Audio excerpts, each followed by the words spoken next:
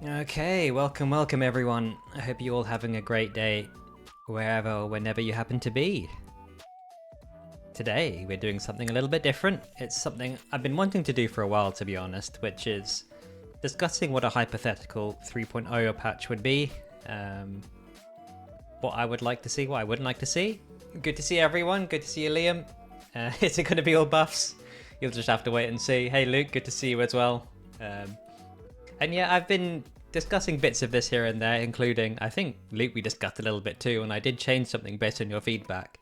It's obviously not like a final product of, I think everything is perfect and my ideas can't be critiqued. It definitely needs to be discussed a little bit, but yeah, should be an interesting one. Hopefully people will have something to think about. Hey Caster, good to see you as well. Yes, this is Persona. But yeah, Yosuke is an interesting one as well, and just sort of, well, obviously this will be shaped by my general thoughts on where the characters are and their positions in the meta. Are these in any specific order? They are in Dust Loop alphabetical order, which is mostly first names, some last names for some reason. It is the order they are listed in Dust Loop, so mostly alphabetical. Why are we attacking Britain all of a sudden, Liam? But yeah, so the first character will be Aigis.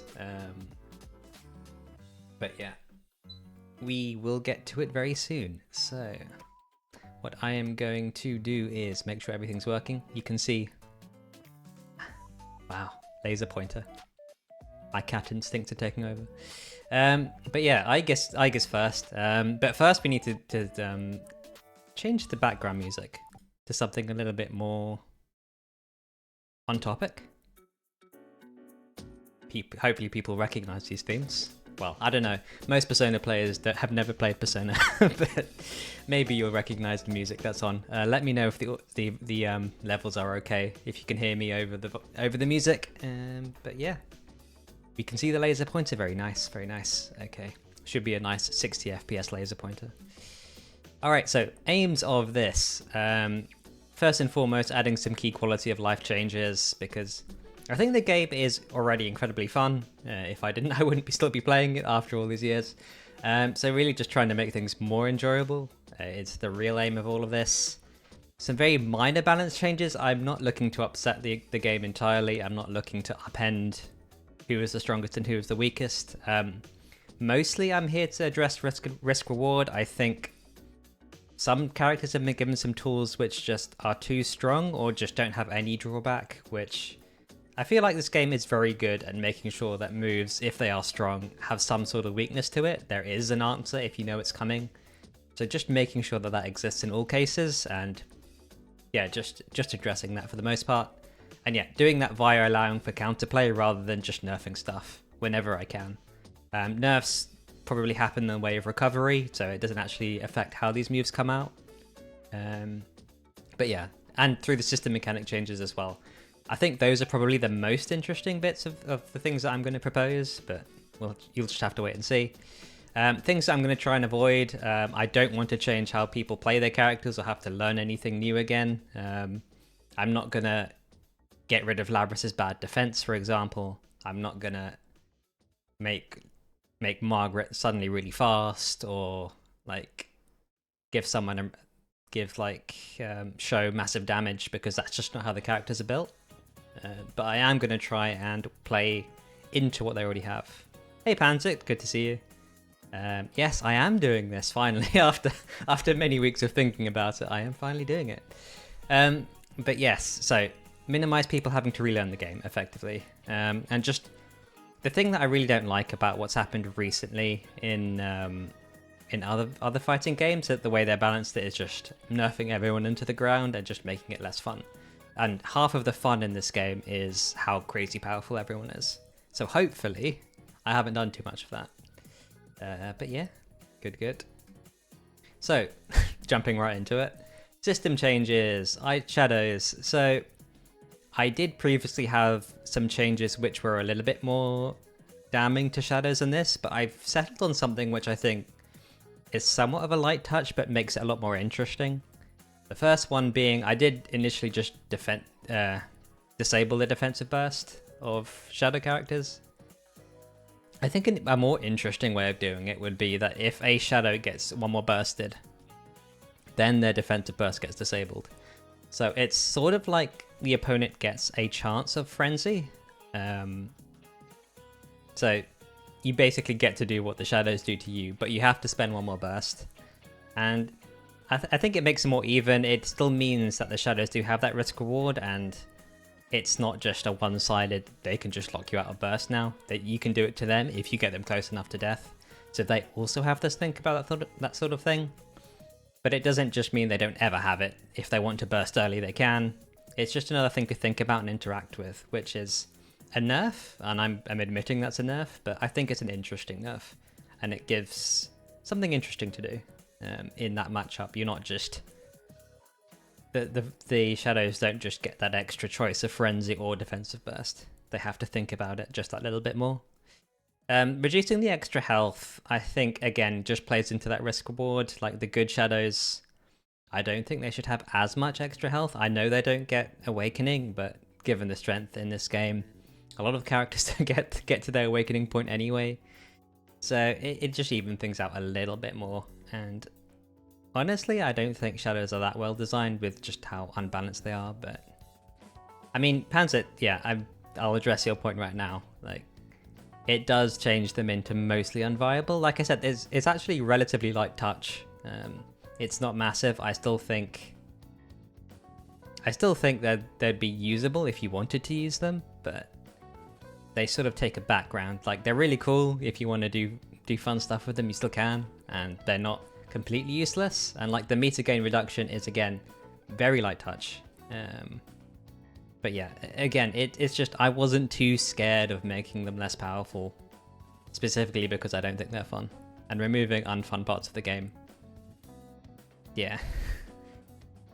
I mean, yeah, I'd be interested to hear what you think. Yeah, Luke makes a good point. It's not massive. It's not like they are now completely unusable, but like, remember in 1.1 there were shadows which didn't have burst. So this is like a halfway house between what they used to be and what they are now. I'd be interested to see what people do with them. Yeah, completely getting rid of defensive burst would make them unviable, which is why I had to rethink about it. And this is like an interesting interaction, so maybe it's good. It's obviously better for some characters than others. Not everyone uses one more burst as well, but yeah, Shadow Mits, that's the thing. The good shadows, I think, would still be viable. So your Shadow Mits, your Shadow Chie, your Shadow Yukiko, I think they would still be good enough. Maybe some of the ones that were on the point of being useful, like the Shadow Yosuke's and the Shadow Junpeis, wouldn't be quite as strong anymore. Maybe people would go back to the normals. I mean, I don't know, Luke, would this convince you to never play Shadow, or do you think it would still be viable in some matchups? I wonder. S-Mits would still be really good? Yeah, I think so. Although, there is going to be one change to Mits. What about they can only burst after a certain amount of percentage dealt to their health? That's interesting. I wonder how you'd implement that sort of thing. Oh, good to see NBM. It would make all the shadows beside the dominating ones a lot worse. It would make them a decent amount worse. A lot is interesting. I mean, yeah, so Shadow Aki and Shadow Kanji won't get health bonuses anymore. I agree. That's going to hurt them. Not that you see them that much anyway, but yeah, I mean, a nerf is a nerf. There's no two ways about it. But I don't think they were that fun to play. Like, having to chew through that much health and still be under the threat of frenzy is just unfun in my opinion, which is why I did this. I mean, yeah, the rich are surviving and the poor just die. I mean, yeah. I mean, the bad shadows were bad shadows regardless, so it just pushes them a little bit further down, such that the top is no longer at the top.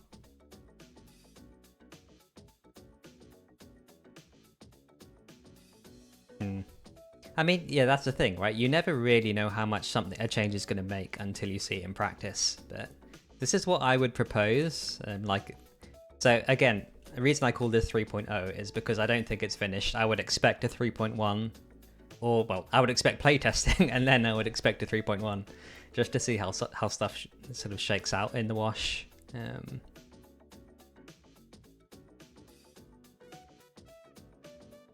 Let's see, what's your suggestion, Liam? 100%, and if 10% is dealt in a combo, they can burst finally. Interesting. I mean, that would potentially work. I mean, it'd be quite messy. You wouldn't know exactly when it would start happening. I'm not sure that would feel very good, but it's an interesting concept. Hey, Killer Kitty, good to see you. But yeah, I think that would be big. So my aims are here. Add some risk to the reward. I think the reward just sort of ignores some of the most interesting systems in the game, which is why I'm happy with just making them less useful. Make Frenzy burstable. That is a thing that used to happen, but that doesn't actually help against... this doesn't help against the really good shadows who, like, for example, Shadow Mitsuru, who keep you in the super the entire time. Or Chie, who just kills you instantly. Or Shadow Yukiko, who also just spams you with supers. All of the good ones just spam you with supers. Shadow Yukari spams you with stuff. Yeah, so that's the thing. Burstable Frenzy might be a thing, but it's just not really useful. Yeah, mute as well. There's so many. Yeah, that's the thing. It's a good point, and I'll admit I didn't consider it, but yeah, it doesn't help that much against the good shadows. But yeah, just I feel like this is a way of making burst relevant. It's turns the risk reward against them effectively. So they can frenzy, but you can now burst them, and you can one more burst them into death. They don't have awakening. They don't have as much extra health, so they face that same risk. Status effects we'll get on to very shortly, but you'll have a see at that one. And yet, my aim was to reduce the power level, and I think we're all agreed that this does that because these are pure nerfs. But hopefully not as harsh as I was initially thinking. Maybe interesting, maybe not. But yeah, let's move on, I think. And obviously, feel free to keep discussing in the chat. I will respond to things. I have no strict schedule, so yeah, let's keep going. So here are the general changes. So first one is dash blocking. I think there is a general issue with how strong zoning is in this game, and how risky it is to move forward against characters with really good space control. And interestingly enough, this is something that we have already managed to implement, at least Hero and the other goats in the modding Discord. So it is possible, and the way that I have chosen to do it is enabling dash blocking after 5 frames, just to stop people spamming dashing in, just like you can't wave dash and block at the same time, or something crazy like that. But yeah, that's pretty much it. I think it would help control the power of zoners. I know you don't have to deal with it as much as when you're playing Shadow Labrys Killer Kitty, but yeah, I think this is healthy. It stops some of the sillier attacks, like for example Liz, SB Bufu and Awakening. You can actually dash in against those now. And like some of the crazier Persona attacks, you can now dash in without being as much at risk. I think it's just nice in general, it feels good. I mean, currently there's a couple frames of dash slide, which is the reason that you get hit. And there's no real... I don't think there's a good reason for that. It's already risky enough running in on someone. Yeah, I feel like this one isn't controversial. It does nerf some characters and does buff other characters, so the rushdowns get buffed by this indirectly. The zoners and the Persona users get slightly nerfed, but again, minor enough that I don't think it's an issue, and it just rewards good play. In my opinion, if you blocked correctly, you shouldn't get hit. Yeah. That's why people are always trying to jump in. Yeah, I agree. I think that's why jumps are generally done, because you can move forward while blocking. We'll get to that one when we get to that one, NBM. Obviously, you're not going to be a fan of that, but I will explain our reasoning. But yeah, that's that one. Hey KG, good to see you. The zoners have to think a bit more. Yeah, I think so. Yeah, I think this is a nice change. I think everyone could probably agree with it. But yeah. Breaking out of ice is the next one. 5 frames of throw invulnerability. Honestly, that's just an edge case. It is kind of silly that there is absolutely no warning and you don't get the normal throw-in vulnerabilities that you get on tech when you break out of ice. In my opinion, that just needs to be removed. You get some very silly one-frame resets on Margaret and Liz, and some other characters. Well, anyone who can use freeze. So basically, it's just to get rid of what is an unreactable command grab, effectively. Or you have to be holding up, which can be a little bit silly, especially given that some things look like combos and just hit you anyway. Basically just a workaround against the sillier ways that freeze works. It is good that they've changed that you don't have to mash out of it anymore. Yeah. But yeah, I don't think there's anything too controversial about that one either. This one is probably the biggest line in this. I know it's not the one that people's eyes are focused on, but jump A no longer being cancelable into itself on whiff or block. Would it require a lot of changes, like NBM just said? Yes, I think so. I think this changes a lot, and there are some characters who are unaffected. Killer Kitty and I play the two characters that are unaffected. Would it require... So, lots of pressure and air block string changes for characters.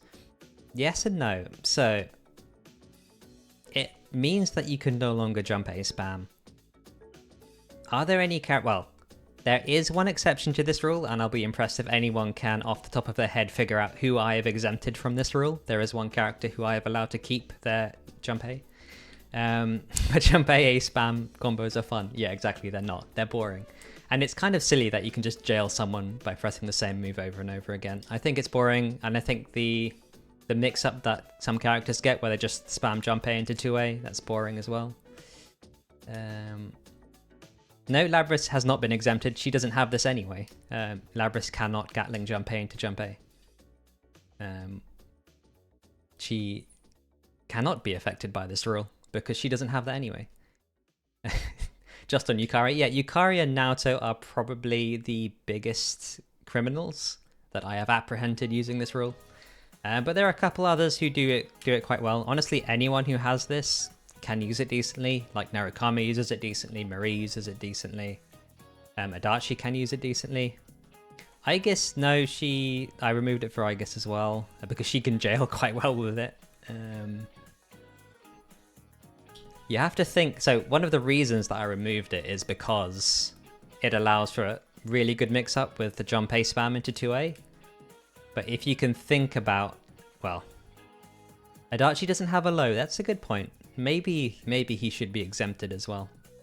But there is another character who I've exempted for a very similar reason, and who also needs a buff. So if you can figure out who that is, now I've given you all the clues.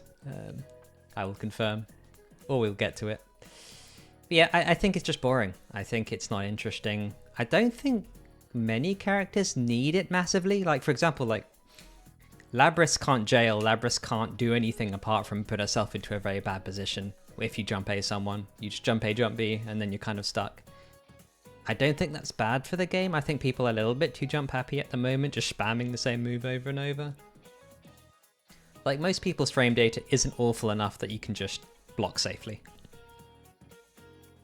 I think a lot of characters lose some air and blockable BS as well, which is good. I don't think it's fun or interesting. But yeah, you keep it in combo, remember, so your combo routes will not be affected if you do manage to hit.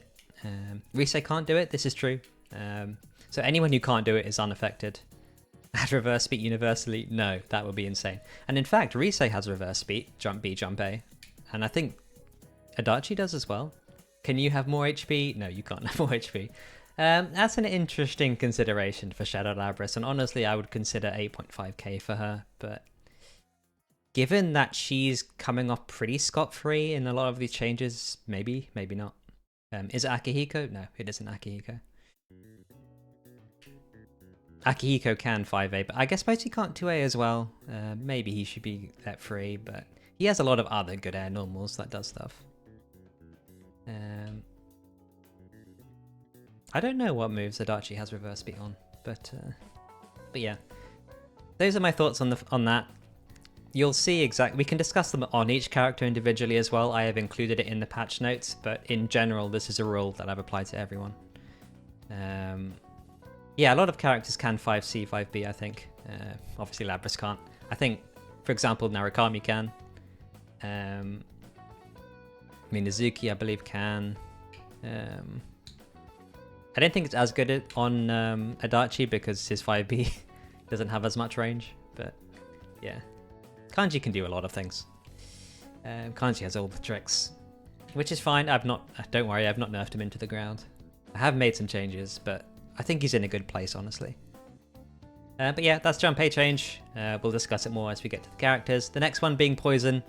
Poison now does grant burst meter into... Well, burst meter based on every time you get hit by a tick of poison. Basically means it is no longer as completely uninteractive. I think poison was just a little bit too strong. This doesn't completely nerf it into the ground, but it means that anyone who uses poison to kill you does at least allow you to fight back in the same way that everyone else in the game does. It's no longer just a unilateral. You get to ignore your opponent's burst. It's not massive. It's basically equal to you taking you basically getting hit by a base attack 100 move for each ticker, I think, is roughly what that translates to. The exact details you'd have to ask. Well, you have to look into how the burst meter works. I think Hero has a good document somewhere. I do hate Kanji, but I am a fair god. I will say that. You could just calculate poison as normal damage. That takes a lot of calculation, and it depends exactly when you get ticked by it. So the way that burst works is it calculates off the base damage of the move you were hit by. So you get more per damage the later you are into a combo, if that makes sense. So like if you 5A someone, they get the same amount of burst back whether it's the start or the end of the combo. It doesn't matter how much damage they took. So you would have to reverse engineer the amount and then give them that burst. So it's possible. The way that I've done it, it's slightly less harsh because like you would have to be hit by a crazy powerful attack to take the amount of damage that you take from poison chip, and that might get a little bit too much. So faith, basically. Oh no, don't mention the Carl ban. We are safe in the Persona community. We don't need to enter that civil war. Go away. Anyway. But yeah, it's basically just a minor change, just to make poison slightly less broken. That's all I have to say about that one. Grab now counters instead of fatals under fear. I appreciate that fear is not that common. And I think it needed to not be quite as strong. To be able to 5-frame unblockable someone and get a fatal is just a little bit too heavy hitting in most circumstances for the people who can do it. So just giving it a counter hit, you still can't tech it, but it's like a halfway house of, hey, fear is still doing something for you, but you're no longer getting a fatal combo. I think it's good. Just Liz and Naoto. Liz, Naoto, Adachi. Teddie can technically. Yeah, it's not affecting too many people. It's just a minor change to fear. Shab? Oh yeah, Shab fear. This is true as well. But yeah, minor changes. Honestly, not too much to say there. Just I think the risk reward is slightly too high on fear. Basically, this is one of the cases of you blocked correctly and you maybe could have teched should you have the chance. So I'm not going to make sure that I'm going to make sure that you're not going to instantly die for blocking correctly. EU2NA connection is fine, I agree. Can Shab combo off her grab without Persona? I do not know what happens on Fatal. Killer Kitty, you'll have to tell me what happens. I don't believe she can. If it's the normal lab. Oh, she can. Interesting. KG, you know that's a lie. Maybe they'll have to rethink that one because that probably is quite important for her. But yeah, we'll see. Maybe Shab just gets. I think maybe we just give Shab the combo on counter hit. But given that she's sort of a longer range character anyway. But anyway, that's something to think later. Yeah, it's probably the exact same frame data as Labrys. You can do the same thing on Fatal Counter. Anyway, last change, which is probably quite a big one. On losing a Persona card, Persona moves being disabled for 30 frames. I think Persona's got buffed massively in this version, and it has become slightly too easy to spam Persona attacks. Just because either they have invuln or they're slightly too strong. So if you take a card from someone, they can punish you by using the thing that you just took from them. And I think that's a little bit silly at times. I think there should be some punishment to losing a card. Because a lot of the times, especially with how good Persona displacement can be, if you take a card, you're actually in a worse position than if you didn't, and that's a problem. So I think there should be some counterplay. Which is how it doesn't affect Labrys.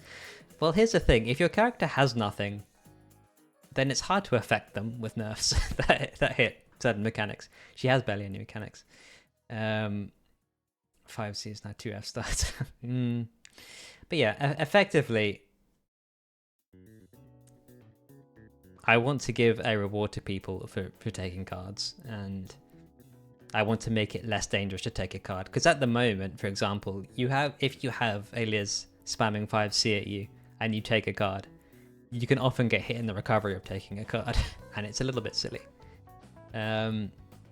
So yeah, just making people think a little bit more about sending the Persona out and rewarding people for the proper counterplay of breaking Persona cards. It's not like, for example, in BB Tag where you lose actual health. I think it still makes sense that the risk is away from you, but yeah, it just gives a little bit of time of where you have to think a little bit.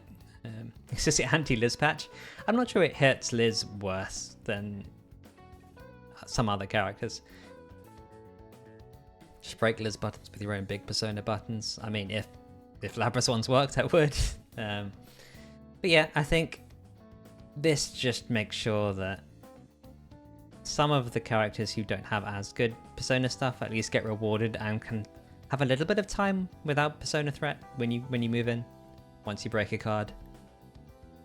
Maybe 30 is a bit too high, maybe it should be something like 15, but in any case, just gives you that little bit of reward for hitting the Persona, which I think a lot of newer players don't do, and this would help encourage people to start taking cards.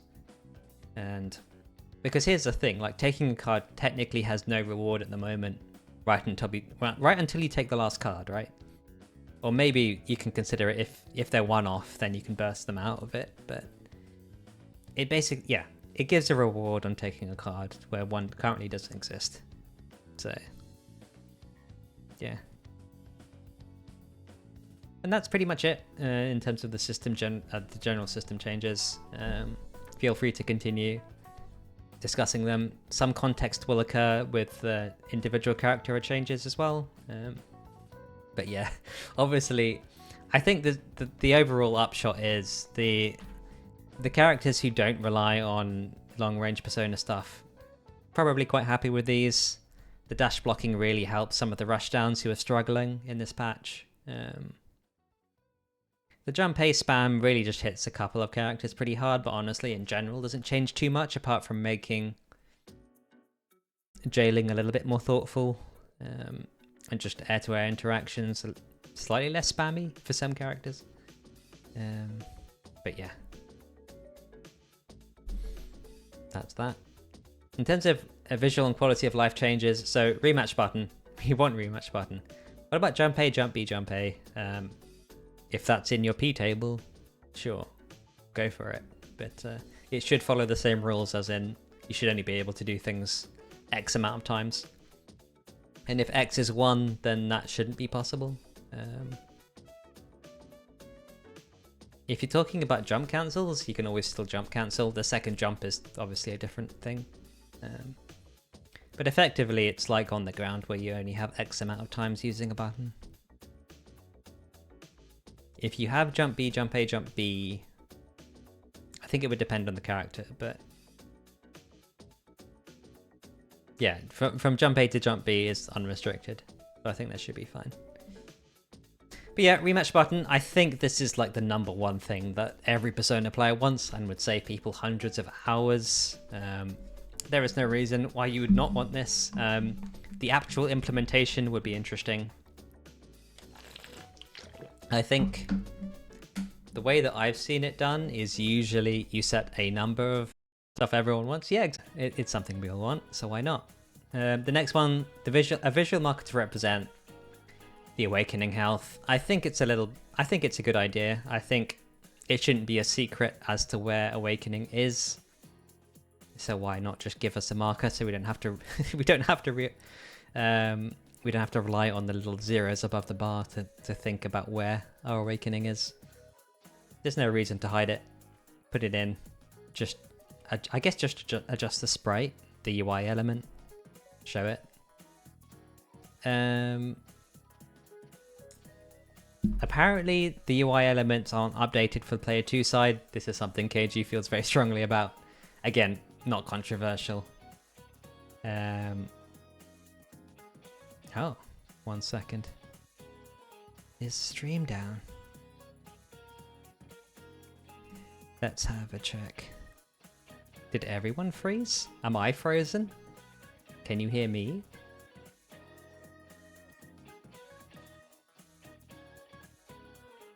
We're good? Okay, cool.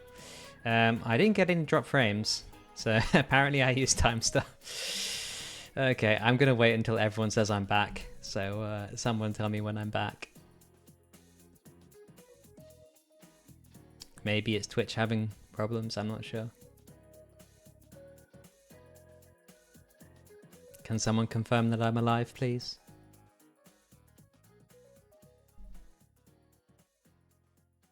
No, my bitrate's fine. I'm alive, perfect. Okay, let's keep it going. Yeah, fixing the visuals of the P2 side. Clearly, the gods didn't want me saying the truth, but no, that's fine. Input viewer available for replays. I think it's really nice to have. And the input should be stored somewhere in the replays. Apparently, people have tried to do that, but have been unsuccessful. But I think it's a really important thing. Not only because it's important to learn from your opponent and what they're inputting to deal with what you have, but just to see how people are going about doing stuff. And just as a minor thing, like we play a game without cheat engine detection, so it might be useful. There are other games that I've been known to have.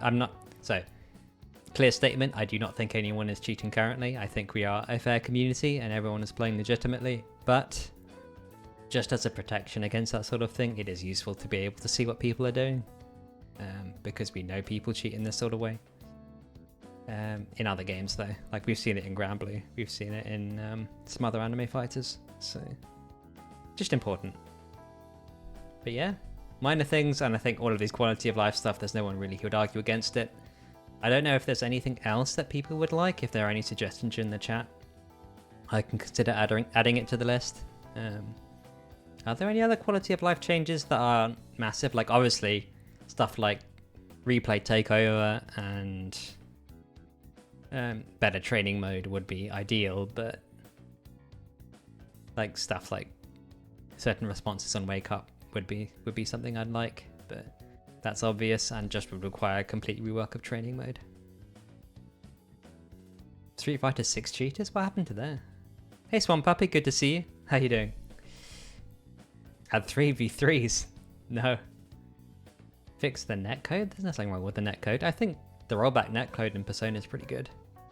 Yukari ban document. No. I do not think we should ban Yukari. I think we can change her. But anyway. Okay, well, we'll leave it there for now. And we'll move on to the interesting part where everyone is going to get upset. So why delay it any further? Hey, it's Aigis. So color coding, system changes in grey, what I perceive to be a nerf in red, what I perceive to be a buff in blue. Jump 236, which is the Gatlings, the air Gatlings. The descending versions I think are a little bit too strong. There's very little counterplay if you're not already in position to deal with it. And it it's really easy to change Ogiya modes, and it combos extremely well. I think there should be a cost to it, and given that she has a meter that takes cost, and she wants to use it to, for example, change modes, it makes sense to make it cost Ogiya meter, because it's sort of a special movement. So this doesn't really nerf the move itself, it just makes it slightly more costly, which I think is fine. I'm not entirely sure what people think. In my opinion, having played her both with and without the move, this is one of the reasons why she is so much more powerful in this version. But yeah, that's the first one. Ogiya backdash. I think the main issue of it isn't the fact that she has it. I think it's interesting that she has something different when she's in Ogiya. I know people hate dealing with it, and it means you can't safe jump her properly. But the main issue to me is that she can then get behind you and do a load of other stuff off of it, such that the punish window is just tiny, and she can mix you up while getting around your meteor safe jump. So the way that I've dealt with it is just make it so that it can't be cancelled into other Ogiya movement. So she can still do it, but if you bait it properly, the window is there for you to hit her. Regardless of mode, for the air gatling, yes. I'll make it so that she can take Ogiya meter even when she's not in Ogiya. It basically means that using it to block someone off and then mode change isn't quite as strong. I mean, yeah, not everyone can punish her at full screen for mode changing off of the falling version. So this basically balances out very slightly. We say buff soon, you'll see. But yeah, that's that. That's your gear backdash change. Megiddo Fire, I think, is far too good for what it is. I think it should be punishable by everyone, not just by people with 4 or 5 frame moves. So I've made it -8, not counter hit. I think it used to be this. I think if you're whiffing a move that does this much damage, that covers this much area, you should probably be negative. So that's why it's -8. Maybe it's a bit harsh, but again, you're in Ogiya, you've whiffed something this massive. Maybe. And probably this will be done via recovery. I've not clearly stated where this is being done by, but probably just 3. Well, extra recovery might mess with the routing, so maybe it has to be done via just reduced block stun, which maybe makes more sense. But anyway, details to be figured out later. I just think it should be more negative. I think it should be punishable. Probably less block stun. Goddess Shield and Orion, basically giving them landing recovery and making them punishable on landing for most characters. It's a little bit silly how far they move her. And Goddess Shield can be 1 more cancelled as well. I will add that. So if we're going to let her keep those moves, I think they just need to be punishable in some shape or form. Labrys can already do this, although she doesn't get a fatal counter, so she can do better, but I think this gives most characters a way to punish these moves, which should be nice for them, and I think is fair. It's just slightly too good for her to just spend the meter, leave to the other side of the screen, and just not be hurt at all. But yeah, that's the reasons for those. And the instant kill, so in general I'm going to buff any instant kill I think that is either awful or boring, just because I think instant kills are cool. Not trying to make them good, I'm just trying to keep them interesting. And I think there's no reason to make ones that are completely useless like Aigis. So instead of just covering that one angle, she just needs to sweep like in front of her and then across the screen, just so that she can cover everything. I think that would be cool. I think it would look nice. And yeah, why not? Give her an actual instant kill. Everyone deserves instant kills. Alright, any final thoughts before I move on? I'm going to drink some water.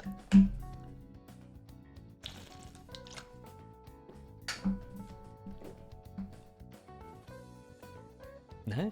Alright. We will move on. Akihiko, I think is almost where he needs to be, but he does need some buffs, mostly in the range department. He will be helped by a lot of the system changes as well. The top ones are the ones that I think definitely should happen, and the bottom ones are me theory crafting a little bit, so maybe not in just a pure balance patch, but this might be an idea for something to give him. So, yeah, the Junpei nerf just hits everyone. That's fine. I think he uses it decently. Obviously, he doesn't have a low 2A, but he can mix up pretty well. And his Junpei is just pretty good in terms of speed, at least. God Cancel attack is just weak. Just needs a little bit more range. I think that's pretty common across most characters. They have good range on it, so just give it to him as well. Just extend the hitbox. Doesn't hurt. Thunder Fists, I would like to give an actual use. Top 1, no nerfs, yeah. So the way I would do it is I would give him extended hitboxes on the A and B normals once he uses Thunder Fists. Make those extended hitboxes high level projectiles, so maybe he can punch some stuff out of the sky. That would be cool. And gives him, like, solves one of his problems, which is range, but not always. Basically gives him a reason to use Thunder Fists in neutral, should he be able to, and gives him some counterplay to some projectiles, which I think is cool. I also gave him something to do at range. I think a major weakness to a lot of these rushdown characters is that if you give them space, they have nothing to do. So the way that I've done it is gave him something that he has in the game, which is a healing spell. It's not a good healing spell, but it does something. So basically, if you give him space, he gets to heal. Not in a completely safe way. He does have some recovery on it, and if he wants actual good healing, then it takes him, leaves him vulnerable. But basically, here's a way to punish your opponent for giving you space as Akihiko. Maybe it's interesting, maybe it isn't. It also gives him a way to use his persona in an interesting manner, put his persona at risk. So, yeah, maybe it's good, maybe it isn't. I don't know how people would otherwise make Akihiko good, or give him something to do at range. I don't think he really should have a projectile. He already moves pretty quickly, so this was my idea. Maybe it's nice, maybe it's not. I don't know. I haven't heard anyone say anything. I don't know if I've frozen again, but yeah. Those are my thoughts on Akihiko. So basically all buffs. I think he needs it. Give him Kanji Zio? No. Yeah, no. That is one of the strongest range tools in the game. He does not need that. But anyway. He's fine. Let's move on. The heal's unnecessary for a bruiser? Well, here's the thing. Like, I don't want to give him projectiles, but I want to give him something to do at range. And diorama does fit with his kit in the game. I'm not sure what else to give him, honestly. Maybe he doesn't need anything. Maybe he doesn't, but I don't know. How else do we reward him for doing something important at range? Like, he can maybe gain some levels, but more projectile invul on Weave and Duck, but they already have projectile invul, and he already has really low profile on this stuff. Does it not? I swear some of them does. It goes under Chain Knuckle, which is pretty low if you ask me. But projectile isn't a projectile. Sorry, Chain Knuckle isn't projectile, but that's pretty low profile. I feel like only projectiles that go like right down to the ground hit him, but maybe that's something we have to consider on a case-by-case basis. I'm not sure.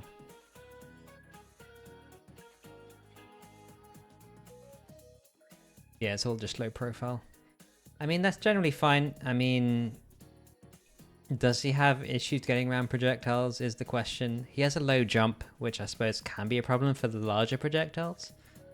But that's true of everyone, so who knows. And he does have ways around it as well. He has like SB Corkscrew, which is just full invuln. So it's not as if he doesn't have ways around them. It does require meter, but hey. I'm not trying to make this character top 1, I'm just trying to make this character useful and have stuff to do in an interesting way.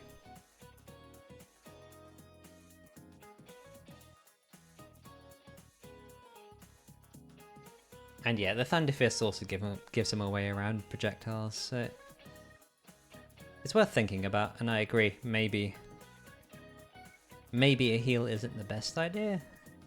I wonder how much, like, how out of control it could get. Because if you can use only one of these every 10 seconds, you're not going to get that much health. Like, in the maximum amount you can health you can gain is, well, 5,000 over a 100-second round if you do it every 10 seconds on cooldown. Which maybe you're able to get away with, maybe you're not. But yeah, we'll see. Well, we won't see, but I think it's an idea. Chie, I think Chie needed some buffs as well. Again, this is just me cooking random ideas, but Jump C I have nerfed to be head attribute. I think it's a little bit silly that she can spam and it's not head attribute, given that it is an air to ground, but I have given it increased horizontal range, basically give it like 5 to 10% increased horizontal range to match the persona swing, to give it some use. I'm not sure how controversial that is, because it is a nerf on a character that's somewhat weak, but yeah, it's just a little bit silly that that's not head attribute, honestly. I have no idea why it isn't. You should be able to anti-air jump Cs when they can hit you on the ground. Yeah. Improved guard cancel attack, again, just to bring her in line with most of the rest of the cast. Again, nothing major.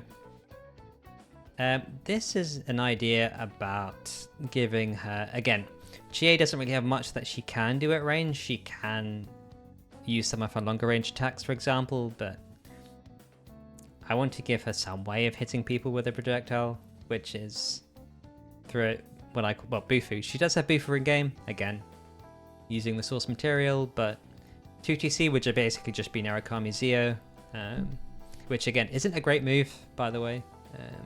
Maybe it would be slightly smaller, maybe it'd be slightly faster, just to be the ice instead of the lightning, but just give her a way to plank people, because otherwise she just can't really do much at range, especially people who do a lot of setup. I think Chie is like Aki if he was actually fast and had projectile invuln with moves. Okay, interesting.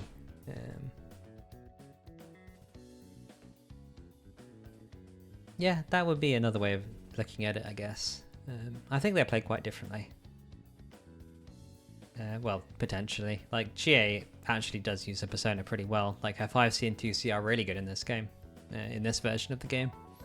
I just think she needs something to do when she's given space. So 2-2D here being basically like, you know, Mitsuru Mabufu Dine.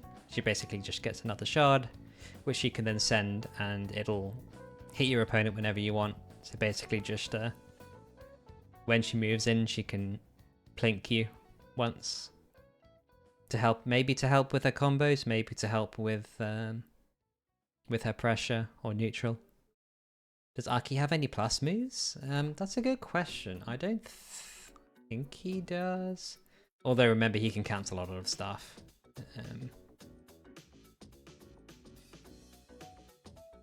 Yeah, Chie has a lot of stuff. I don't think Akihiko's run speed is necessarily slow either. Akihiko also has one of the best jumps. Well, a low jump that he can use to do stuff. I mean, yeah, he has 5D, but that's pretty useless.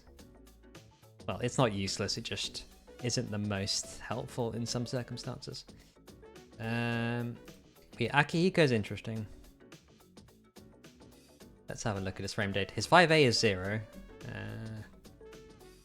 He does have, yeah, even on block moves, and he can just cancel stuff. Like his anti-air can be cancelled to make it safe, which is better than some characters. Like, I don't think he's that far off of being a good character, which is why I haven't given him like a load of stuff, but there you go. And yeah, finally, just looking at this SB version of Bufu, which is a really fast attack. You can send it, and it will freeze your opponent as well, like Mitsuru Mabufu Dine, so maybe you can get improved combos with this. I think might be a cool idea for her. Just, again, reward her for getting space and or spending meter at range. Just give her something to do. And maybe this leads to some interesting routes for her without having to spam supers or be an awakening. Might be interesting. Again, something you'd have to probably see in practice. But there we go. That's Chie. Again, I don't think she's massively far off. Like NBM says, like she's not as weak as some people say. She has a lot in most ranges. It's just Needs something. Does she really need to be rewarded, want to be rewarded for given space? I think people should always have something useful to do with their time. Sometimes your opponent is spamming stuff and not pressuring you properly, and I think most characters have a way to use that time properly. And I'm not saying people need good ways of using the time. I don't think these are exactly good moves, but I think people should have something to do effectively. It is honestly one of the deciding factors in a lot of matchups, and not having something useful to do, or just like being able to punish someone for spamming stupid persona stuff at range, you should have a way of doing it effectively. So like, for example, if someone's just spamming 5C over and over again, you should be able to take that card without risking your life. Or your persona cards. So a projectile would do it. Yeah, a way to be more proactive, I think, is the way KG put it, and I think that's a good way of doing it. You think characters have a way to move around that? I mean, potentially, but I think most characters also have a good way of using time when they're given it, and I think it's a good way of buffing characters. Movement? Yeah, I mean, maybe. But I mean, what movement could we give? Could we give her like a buff where she gets an extra jump? I wonder. That'll be interesting. Maybe. Forgot to add 1-button specials. I mean, we're already there. Oh dear. Okay, time for Elizabeth. I think Elizabeth is in a good position. You'll find a lot of these changes are very minor, and they just make sure that she isn't rewarded for not doing anything as much. The 5A is effectively because her 5A is pretty much the best in its class. I don't think it's a murder. I think this is, well, I have given her 2 buffs. Don't worry, it's not complete loss. Well, whether you think it's a buff is another question. But that 5A is the best in its class by a long shot in the sort of the 7 to 9 frame 5As. The recovery is far too low. Hey Glute, good to see you. In my opinion, it's far too spammable for exactly how much it covers. There aren't any long range 5As that do quite as well as it does. Should a character like Liz have that? My answer is probably no. And the way that I fixed it, just nerf the recovery slightly. It's not something that, well, she can still frame trap off of it. She can still cancel very well off of it. The damage is still fine. Best 5A in the game? It's honestly up there. I mean, it's a different class than the 5 framers. But like I said, of the 7 to 9 framers, it is probably the best in the game. Like, I would consider giving it chest attribute. Like, I'm not sure which you'd prefer, MBM. Would you rather have it keep its frame data and make it chest, or would you rather this? I wonder. Because it is almost at the range where, like, it probably needs something done. Because it is incredibly hard to get around it. When someone is spamming 5A, there's not much of an answer you can give at close range. 214AB Awakening, not Air Unblockable, 214 Awakening is... Yeah, I think the extra speed and range is what kills it for me. I was thinking of doing it to all versions, but I don't know, it felt maybe a slight bit too harsh. The mod that you mostly see people spam is SB, but I'll leave it to the Liz expert to tell me if A is as much of a culprit. I think something needs to be done to stop you at air unblockabling someone. I mean, yeah, maybe it's more that lower levelers players spam the SB version just because they're not sure where you're going to be, but maybe it needs to be both. I'm not entirely sure. 214A completely changes neutral. Okay then, maybe it needs to be both. I'm not entirely sure. But anyway, let's go back up to the top. Well, you say it's a call out. It's a 17 frame, I'm going to fatal you from anywhere on the screen, including I'm going to air unblockable you into a full combo from anywhere on the screen. 214A I feel like doesn't hit the entire screen, so you can stay at range. Maybe, maybe not. Like, I suppose now that we have dash blocking, it's slightly less 214 AB is slightly less of a risk. But yeah, it basically, I want a way to make sure that you can run up into the mid-range against Liz without fear of death. Making it air unblockable in BB tag, yeah, sure. Anyway, going back up tier. 2B, I think is slightly too good at everything. Given how active it is, I don't think it needs the front end on their head on invuln. So yeah, maybe 214A needs to be hit too. But yeah, 2B, very minor change, 1 frame. I don't think she needs a 6 framer given how fast everything is. Just make it 7. It already takes her off the ground. It's already, you don't get much from hitting her at that point, so very slight nerf. 2C, I don't think it should reward you on whiff. On block, fine. On whiff, really? Like, why is she getting rewarded for whiffing a move? Especially a move that you cannot destroy as it starts up. And the Persona Invuln, I've given it startup up until it activates into the guard point. But once it's held further than that, you no longer get the Invuln. I don't know why it keeps it at the moment. I think it's silly. And it gives you some pretty ridiculous setups that you literally can't do anything about into being massively plus. So removing that invuln, it's still hard to play around. You're still going to get hit by that guard point, but at least you can't just hold it forever. Wouldn't the system change prevent it from mashing 2C? Which system change? I mean, it's not necessarily mashing 2C, it's just sort of pressing 2C into nothing. It's a bit easier to break 2C and a bit easier to get to anything after breaking a card. Yeah, I mean, it would help, but I still think 2C itself needs to not be quite as good when it's sort of held.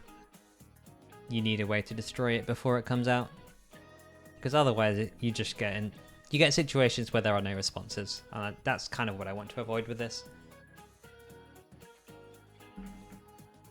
So maybe, I mean, yeah, she's going to get hurt by the system change, but 2C itself, again, I don't like sort of winning or being rewarded without having to interact with your opponent, so that's why I made this change.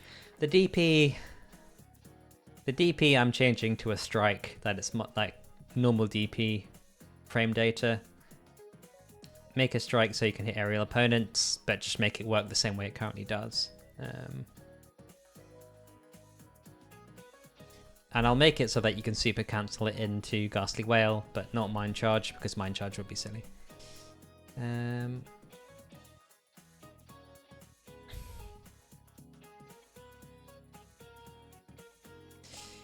That's an interesting point, actually, be a 2C1 one-handed Swordmaster on whiff affecting the combo. Maybe you could make it so that if it's a cancel, if it's a cancel from another attack that landed, then it still gives you the one-handed Swordmaster. Would that work? Actually, no, it's not a cancel, is it? You just sort of bufu and then do it, and then you have the one-handed Swordmaster version of the attack. Can't remember. Yeah, it's not a cancel. Maybe just a sort of a detection of if you do it while they're in a combo, you still get the one-handed Swordmaster. I agree that that case probably shouldn't be affected. Maybe we change that. Where's Liz?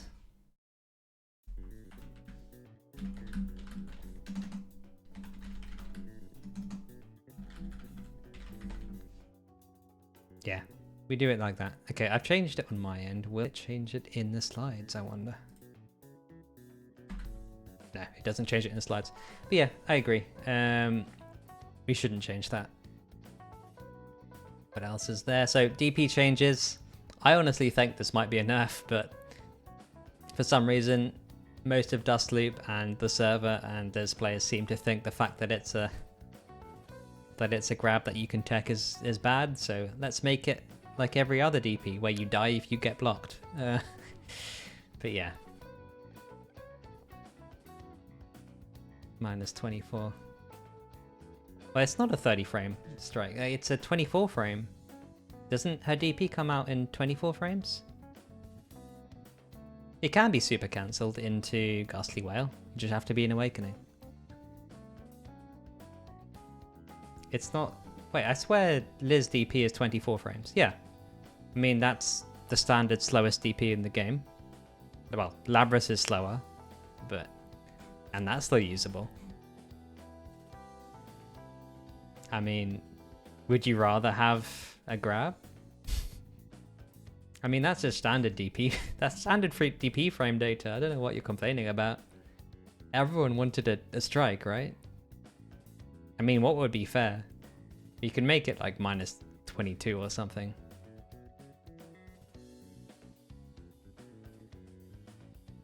But that's kind of my point, right? Like, it's still a good DP. It still moves her. It's like a normal thing, but that's kind of the point. If it gets blocked, you are in trouble. Honestly, this was me just trying to make a point. I think her DP is fine, but I wonder if some people would think this is stronger or weaker. Being able to hit people, even if it's non-counter hit, not being able to be teched, but it's what it is. And I think the charm was just a little bit too strong. Being able to swing ATSP is kind of insane. Yes, you have to not be hit for that period of time, but just slightly too strong in my opinion. So 40 to 30, that'll be like 6 each tick rather than 8. Guard point, so the guard cancel attack was broken. I just want to fix it. This is pretty much a bug fix, to be honest. So now it actually covers the attack itself. But yeah, that's that. Bufu, we've discussed Bufu already like 100 times. Ghastly Whale, I think, just does a little bit too much at the moment. This would be mostly hitting the raw damage, so I'd change the base damage, but the minimum damage I'd probably keep the same. So not really affecting her combo damage as much, maybe 5% on the minimum damage, but the raw damage is basically way out of line for everything in this version of the game, and it's actually a good super.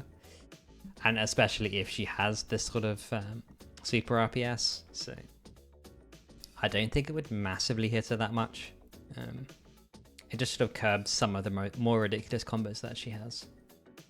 But yeah, honestly, none of this is like her kneecaps are broken. Mostly just minor changes and bits to help her here and there. I wonder if this would really do too much to how she plays, or just sort of make it. I mean, yeah, the system changes probably hurt her more than anything here, to be honest with you.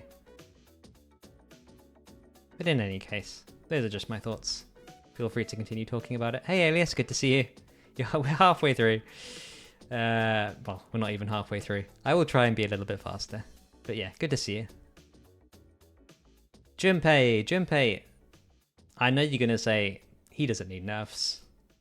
And true, he probably doesn't. But I think, well, some of these are interesting. So with throws, in my opinion, most characters probably shouldn't have combos off of throws. And if they're non-counter hit. I think it's just a little bit silly how much you can get from a throw. And Junpei has like, he can get about 4-ish K with very little meter when he's in Victory Cry. So to just make it a little bit less arbitrary, for some characters I removed full damage off of non-counter hit throws. So it's just a minor change here. So he'll still be able to do it if he's like really deep in the corner, but the slide isn't as much when he's non-counter hit.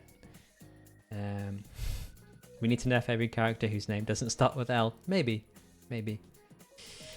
But yeah, so this is just a very minor nerf on the throws. Inferno Homer, where he can effectively cancel a super with no punishment at all. I've just given it counter hit status. Honestly, this doesn't actually help most characters, but it's something.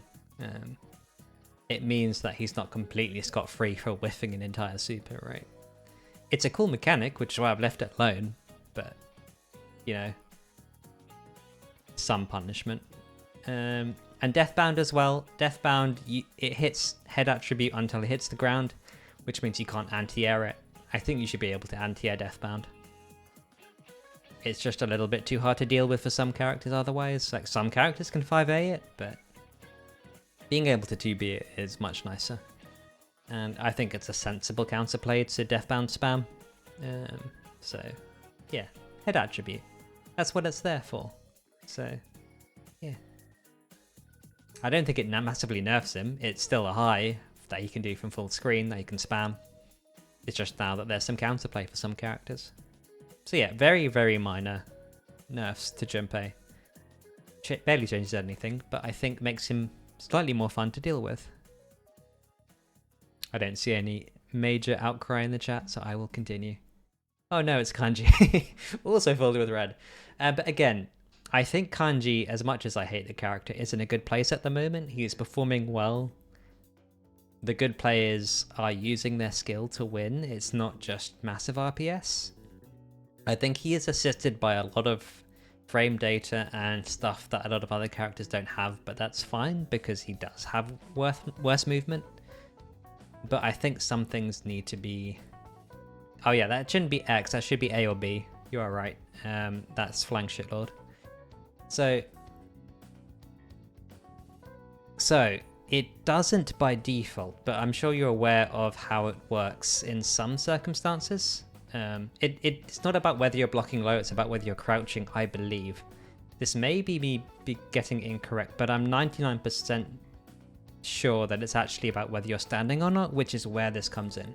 So I'll get to that in a second, but Primal Force, it's just slightly too hard to hit it. When it gets behind you, you have no way of punishing it. That's kind of miserable. If you block a move, you should be able to deal with the persona, in my opinion. So just give it a little bit more of a backward hurt box and make it so you can 5A the versions that go past you. Very minor change, honestly. So Shitlord, the way it works currently, and I think the way that a lot of people get hit by it, is if you get forced into blocking high, well, if you are blocking high and you block a 5D, you get locked in place, and if the Shitlord reaches you, even if you start blocking low, because you're still standing, it hits you anyway. Which I don't think is intentional. I think that's like it's not truly unblockable. If you block low early enough that you are blocking low when the lightning hit you, then you're fine.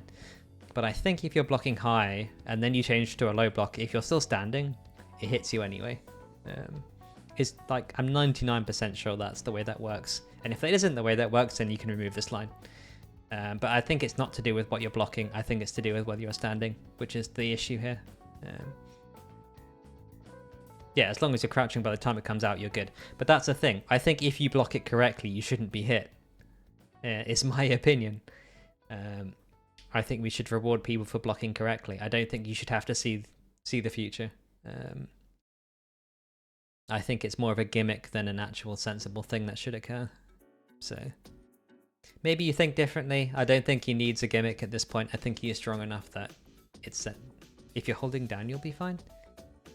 Yeah, give it a lab. I'm pretty sure that people get caught standing because it's specifically a 5D interaction, because he can make you block and continue to block while you're stuck in 5D. Maybe if there's Kanji players around, they can confirm, but yeah, something to think about. But otherwise, it's just not enough, I guess. The chairs, I don't think it should generate chair on block. It just makes it slightly too hard to punish. It's still punishable, but you think it's true? You think... what do you think is true, KG? Yeah, I think it shouldn't generate a way to punish you for punishing him. That's just a little bit silly. And the P2 on the chair super is just a little bit too low. Currently, the one more burst combos, which are completely unburstable, by the way, do far too much damage because chair super into one more burst is negative proration. So just adjusting his damage slightly. Like, I get that he's in a good position, but I don't think grapplers should be able to combo quite as well as he does off of unburstable at the very least. He just does that slightly too well.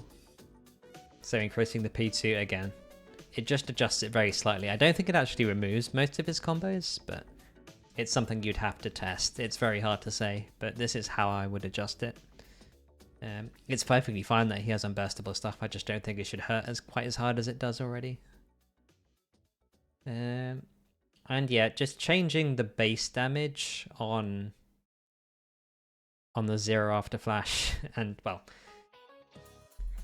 on the super command grabs, they just hit slightly too hard. Like every other super in the game was nerfed in this sense. I don't think anyone should have been left. I don't think he needs it anymore. I appreciate it's a gimmick, but again, I don't think we should be rewarding gimmicks as hard, and just punishing someone for not jumping with 4.3k is silly. So just reducing it slightly. Like, this is still the highest good reversal super damage in the game, excluding Ghastly Wail from Liz. But it's just not quite as hard hitting. And reducing the minimum damage a little bit, again, it is very high for what it is. And again, Grappler's doing really good combo damage. I think most people can agree that if you want a game to be fun, the Grappler can't be incredibly strong or incredibly consistent. And that's not... Well, I'm saying he needs to not be quite as good at everything. In the way that I think Grappler should be taken down a peg is via combo damage. It's cool that he has cool combos, I just don't think they should do quite as much. This is why I've not really removed any of the combos, I've just made them do slightly less damage. But yeah, that's Kanji. Again, I've not kneecapped him, I think he's in a good place, it's just some minor niggles that removing from his kit. Alright. It's Ken. Ken probably does need major... Well, I think he's close to being okay. The issue is that the dog moves slightly too freely, which is what I've tried to address. So, one of the major issues I have with Ken is that when he is blocking, he can spam dog without any risk to himself. And if you leave any sort of gap, you just die. And that's not fun. So I've just given a cooldown. So if Ken blocks, Koromaru can't attack for like a second. Basically means that, yes, Ken himself has to get out properly rather than just allowing the dog spam. Not everyone can keep pressure up that easily, so at least this gives an attacker some breathing room so that they can, you know, do interesting block strings without having to worry about the dog who's standing behind them. Koromaru attacks, again, Ken being able to roll and have the dog attack at the same time. I don't think he should be invulnerable and be able to put out an attack. So if an attack's already out, fine, but yeah, allowing the roll with the attack I think is a little bit silly to just cancel it, like, for example, when Ken blocks, just cancels the dog in the same way. Very simple. Throws, again, I think he shouldn't get a combo without counter hit mid-screen at the very least, so just make it so that it only works on counter hit. Very simple, same thing as I said for Junpei. And finally, just give Koromaru a little bit more recovery time after getting up. It's a little bit silly, you hit him and the dog, you get counter hit. Ken starts comboing you into full combo with the dog, because the dog just gets up and starts attacking you. So just give Koromaru a little bit more time to punish Ken for getting his dog attacked. Maybe this helps, maybe this doesn't. I honestly don't think Ken needs to be nerfed too hard in the ground, especially with the shadow changes that I've made, but again, maybe helpful. Who knows? I don't see any comments, I don't see any Ken players either, so fair enough. Let's move on. Labrys, it's Labrys. Look at this wonderful sea of blue. I'll go over these one by one. I need to have a little bit of drink of water before I start doing this, but people can have a read while I do that.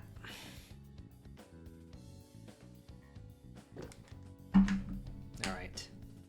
So, first things first. Axe gauge. It's just a little bit arbitrary at the moment how deep into grey you can get pushed by people. So, the first thing is Labrys 1. Yes, this is the first page. I've not changed her massively, is what I will say. I've made basically just... She still has bad defense, She used just a slightly better rush down. The frame data is still not good, but it's no longer bad. It is now average for most of the moves. But anyway, X gauge decreases. Basically just capped them to stop ridiculously long combos. So anyone who can combo you for longer than 10 seconds, it no longer decreases past that. I think that's roughly fair.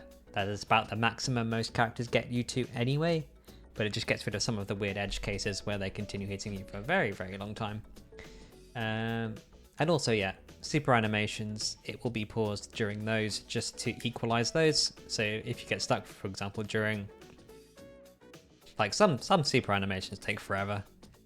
For example, like Rise's. So just to even those out a little bit, and make it slightly less punishing, because yeah, otherwise it just kind of sucks. Maybe it should be a fixed decrease per super, but yeah, it's something that you'll have to see how it works in practice, because it's very hard to tell over a larger field whether this actually helps you that much. But in any case, that's that. Max gauge. 5A, again, it was kind of the worst in its class. Being -5 still doesn't really help it that much, but it is at least slightly less ridiculous on whiff. It was one of the worst 5As on whiff, tied with a couple of others.